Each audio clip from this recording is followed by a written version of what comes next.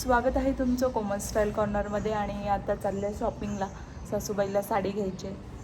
So आज दिवसभरात काय काय करते ते तुम्हाला ब्लॉगमध्ये बघायला भेटणार आहे.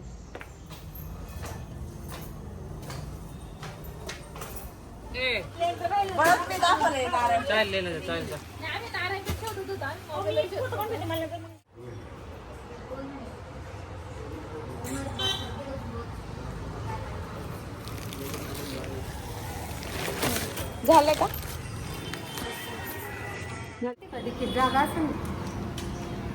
हा आहे ना. आम्ही आता आलोय कॉफी प्यायला. 4-5 वर्षांनी आला असं ना. 4-5 वर्षांनी आम्ही आता इथं कॉफी प्यायला आले.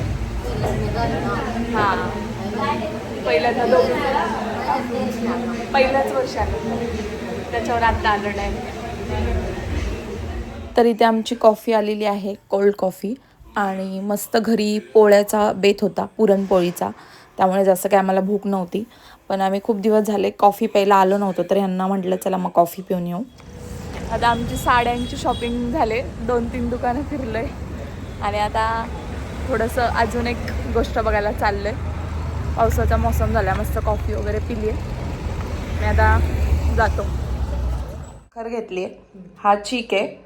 आणि हे वेलची पावडर आणि थोडंसं जायफळ टाकलं आहे आम्ही त्याच्यामध्ये. आणि हे दूध आहे. कशाचं दूध आहे हे? म्हशीचं दूध आहे. म्हशीचं दूध आहे. आणि चीक पण म्हशीचं आहे. हां. इथे 1 वाटी जो चीक आहे तो दुधामध्ये आपल्याला मिक्स करायचा आहे. तर आता आपण हा जो चीक आहे तो दुधामध्ये मिक्स करून घेऊयात.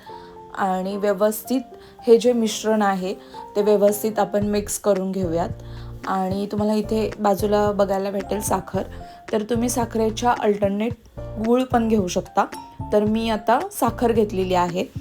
तर आता आपण ही जी साखर आहे ती ह्या दुधामध्ये आणि चिकामध्ये आपण व्यवस्थित टाकून घेऊन व्यवस्थित मिश्रण जे आहे ते मिक्स करून घेणार आहे.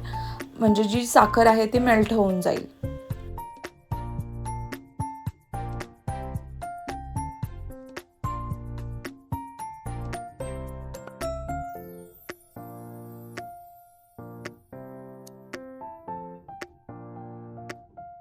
झालं आपल्याला कडक खायला लागत. चीक थोडं जास्त टाकलं मग बरोबर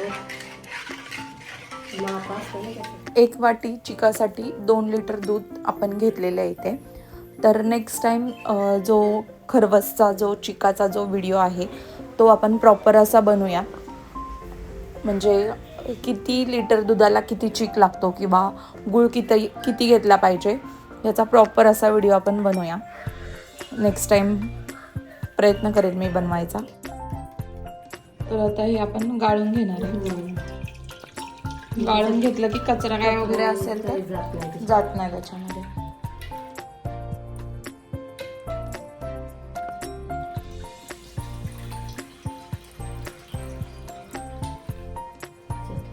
वेलची कधी टाकायची? टाकायची नाही वेलची. गाळून घेतली वेलची गाळायची नाही वेलची गाळायची.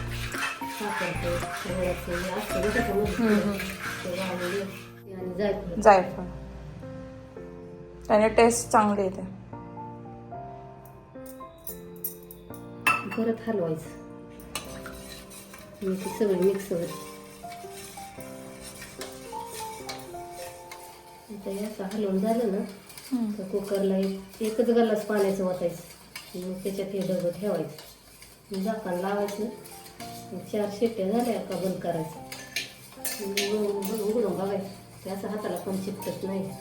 लय असं कडक होतं. खायला पण भारी लागतं. पाणी वाटायचं.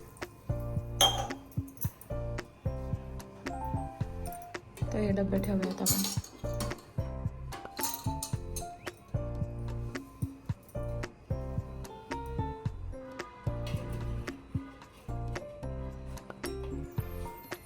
थोडं इकडे सारखं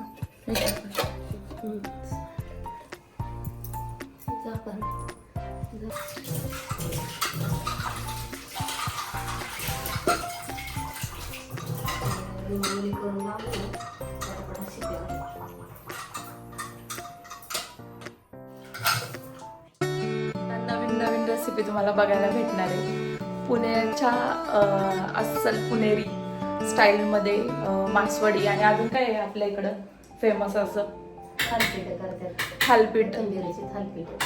हां, तुमच्याकडे कदाचित तिखट भाकरी म्हणत असतील, आमच्याकडे थालपीठ बोलतात. तर आता चिक कसा होणार आहे ते आपण बघू. 4 शिट्ट्या घ्यायच्यात ना अजून. 4 शिट्ट्या झाल्या की मग बंद करायचं. मग बघू टेस्ट.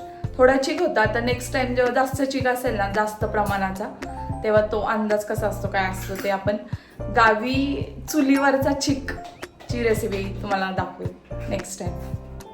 आणि वेगवेगळ्या ज्या आमच्या भागामध्ये पुण्याच्या भागामध्ये वेगवेगळ्या ज्या रेसिपी आहे त्या दाखवण्याचा मी तुम्हाला प्रयत्न करेन. मस्त असं चिक झालाय. टेस्ट करून बघ. मस्त अशा खापा पडल्या तेव्हा.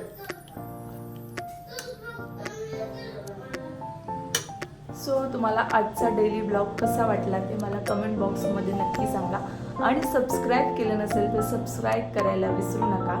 सो आपल्या चॅनलला लाईक करा, शेअर करा, कमेंट करा. सो बाय बाय, भेटूया नेक्स्ट ब्लॉगमध्ये.